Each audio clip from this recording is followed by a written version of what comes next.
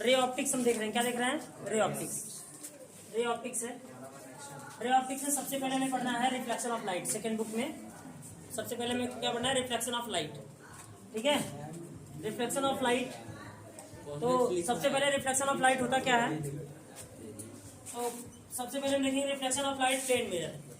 तो अगर किसी मिरर में हम एक तरफ पॉलिश कर दें, मिरर में क्या कर दें? पॉलिश कर दें, तो वो हमारा प्लेन मिरर होगा। क्या होगा? Plane mirror. ठीक है, तो प्लेन मिरर में अगर कोई रेज आ रही है, जो रेज आती है उसे बोलते हैं इंसिडेंट रे। तो रेज जिस एंगल से आई है उसी एंगल पे क्या हो जाती है? रिफ्लेक्ट हो जाती है। तो इसे बोलते हैं आने वाली किरण, और इसे जाने वाली किरण, परा जाने वाली किरण, परावर्तित किरण। ठीक है, इंग्लिश में इसे रिफ्लेक्टेड रे बोलते हैं और इसे इंसिडेंट रे बोलते हैं। अब हमें देखना होगा कि इसका एंगल क्या हो रहा है। तो एंगल डिसाइड करने के लिए हमें एक नॉर्मल लाइन डालना पड़ेगा। इसमें क्या डालना पड़ेगा? नॉर्मल लाइन, जिसे हिंदी में अभिलंब रेखा बोलते हैं। क्या बोलते हैं? अभिलंब रेखा। तो कहते हैं रिफ्लेक्शन के लॉस कितने होते हैं? तो रिफ्लेक्शन के दो लॉस होते हैं। पहला, रिफ्लेक्शन के मेनली टू लॉस होते हैं। फर्स्ट लॉ कि एंगल आई एंगल आर के क्या होगा? बराबर होगा। मतलब इंसिडेंट एंगल और रिफ्लेक्टेड एंगल आपस में क्या होते हैं? इक्वल होते हैं। ये हमारा फर्स्ट लॉ है रिफ्लेक्शन का। ठीक है, और हम कह सकते हैं कि इंसिडेंट रे मतलब आई, रिफ्लेक्टेड रे आर, और ये नॉर्मल लाइन, तीनों एक ही बिंदु पे है प्लेन मिरर के। तीनों एक ही बिंदु पे है। Lies on same point, lies on same point on plane mirror. तो प्लेन मिरर के किसी एक ही बिंदु पे तीनों लोग हैं, इंसिडेंट रे, रिफ्लेक्टेड रे और नॉर्मल लाइन। तो यही कंडीशन होना चाहिए किसका? रिफ्लेक्शन का। जब भी हम रिफ्लेक्शन का कंडीशन लगा रहे होंगे तो हमारा एंगल आई एंगल आर के बराबर दिखाना होगा, और तीनों पॉइंट कहाँ होने चाहिए? एक ही बिंदु पे होने चाहिए। अब हम देखेंगे reflection of spherical mirror. Reflection of spherical mirror में क्या है कि देखो, गोली दर्पण क्या होता है, स्फेरिकल मिरर क्या होता है? जिसका परावर्तक तल जो है ना वो कर्व हो, जिसका परावर्तक तल क्या हो? कर्व हो। अब वो कर्व हो तो परावर्तक तल अंदर भी हो सकता है, परावर्तक तल बाहर भी हो सकता है। अब डिपेंड करेगा कि आपने पॉलिश कहाँ किया है। अगर पॉलिश आपने अंदर किया है, किसी कर्व सरफेस पे आपने पॉलिश अंदर किया है और बाहर छोड़ रखा है, तो इसे बोलते हैं उत्तल दर्पण। क्या बोलते हैं? उत्तल दर्पण। बोले तो कॉन्वेक्स मिरर। क्या बोलते हैं? Convex mirror. और इस बात करेंगे हम, अगर आपने बाहर पॉलिश कर दिया तो देखो इसमें गुफा बन गया, गुफा, केव बन गया। क्या बन गया? केव। तो कनकेव। तो कनकेव मिरर क्या होता है? जिसे हिंदी में बोलते हैं उत्तल दर्पण, जिसका परावर्तक पृष्ठ या फिर जिसका रिफ्लेक्टेड सरफेस क्या कहाँ पॉलिश हो? बाहर पॉलिश हो। अगर इन साइड में पॉलिश होगा तो वो कॉन्वेक्स मिरर होगा। कुछ सब बेसिक कॉन्सेप्ट और रूल्स हैं, अब उनको मैं बता दूं, फिर उसके बाद में देखते हैं। ठीक है, परिपाटी। तो सबसे पहले हम देखेंगे चिन्ह परिपाटी, जिसे हम कहते हैं साइन कन्वेंशन। क्या कहते हैं? Sign convention. तो हम सबसे पहले एक मिरर बनाएंगे।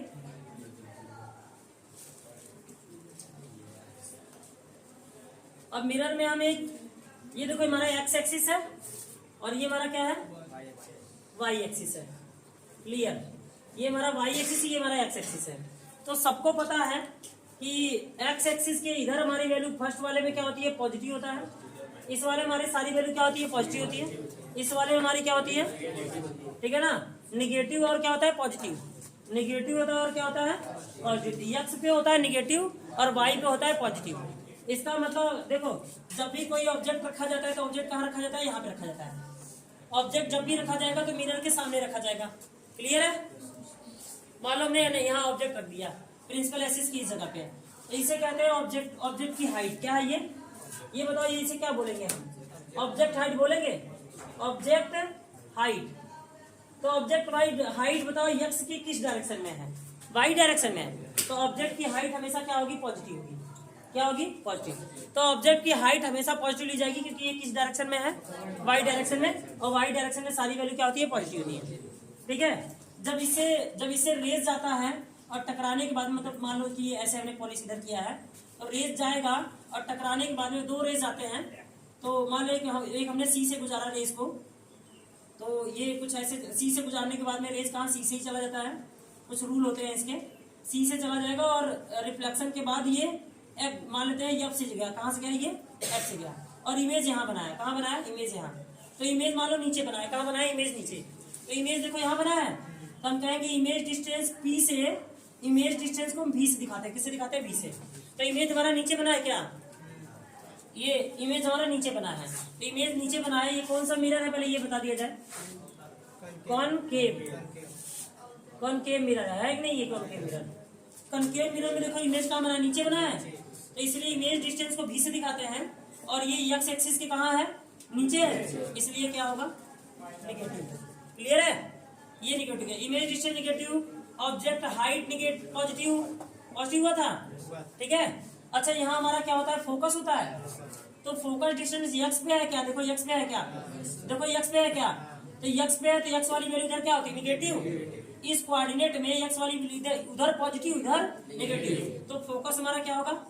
नेगेटिव, क्योंकि एक्स एक्सिस की किधर है? इधर है। पता है ना आपको कि एक्स एक्सिस में इधर वाली वैल्यू प्लस में होती है, +1 +2, इधर क्या होती है? -1 -2, तो एक्स एक्सिस में जो भी वैल्यू रहेगी सब क्या होगी? नेगेटिव, तो फोकस क्या होगा? नेगेटिव। अच्छा हम बात करें, यहाँ से हमारी ऑब्जेक्ट से यहाँ तक की दूरी को यू से दिखाते हैं, पोल तक की दूरी को यू से दिखाते हैं, मतलब वस्तु की दूरी, ठीक है ना? वस्तु की दूरी को किससे दिखाते हैं? यू से।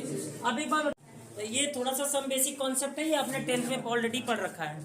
मैंने कहा कि फोकस दूरी कैसे डिसाइड करोगे? तो जब अनंत से इनफाइनाइट से रेज आएंगी और दर्पण से टकराएंगी, तो टकराने के बाद प्रिंसिपल एक्सिस के जिस पॉइंट को काटेंगी वहीं क्या होता है? फोकस होता है। वो फोकस होता है, वो फोकस दूरी नहीं होता। जब फोकस दूरी आपको बोलना होगा तो आप कहोगे एफ से, आपने डिसाइड कर लिया कि एफ यही है, एफ से पी तक की दूरी क्या कहलाती है? फोकस दूरी, ठीक है ना? फोकल डिस्टेंस भी कहते हैं इसे, ठीक है। और सी से पी तक की दूरी को क्या कहते हैं? रेडियस ऑफ कर्वेचर बोलते हैं, जिसे वक्रता त्रिज्या हिंदी में कहते हैं। सभी दूरियां कहाँ से ली जाती हैं? एक नोट पॉइंट है कि सभी दूरियां पोल से ली जाती हैं। ये पोल देख रहे हो ना, ये पोल ही सारे डिस्टेंस को कवर करेगा। ये इनकी जब मतलब कोई भी डिस्टेंस लिया जाएगा तो कहेंगे ये यहाँ से यहाँ तक की दूरी, पोल तक की दूरी, यहाँ से पोल तक की दूरी, यहाँ से पोल तक की दूरी। तो जो भी दूरियां लेंगे सब कहाँ से लेंगे? पोल से लेंगे, क्योंकि पोल डिस्टेंस मेजर करता है। ये दर्पण का द्वारक है, मेन को क्या बोलते हैं? दर्पण का द्वारक, एपरेचर। ये हमारा प्रिंसिपल एक्सिस है और ये हमारा क्या है? पोल है। अब बाकी हम पढ़ने वाले हैं साइन कन्वेंशन, ठीक है ना, according to your syllabus 12th। तो हम सबसे पहले देखेंगे साइन कन्वेंशन, तो इसे इरेज कर देते हैं और साइन कन्वेंशन देखते हैं। साइन कन्वेंशन क्या होता है?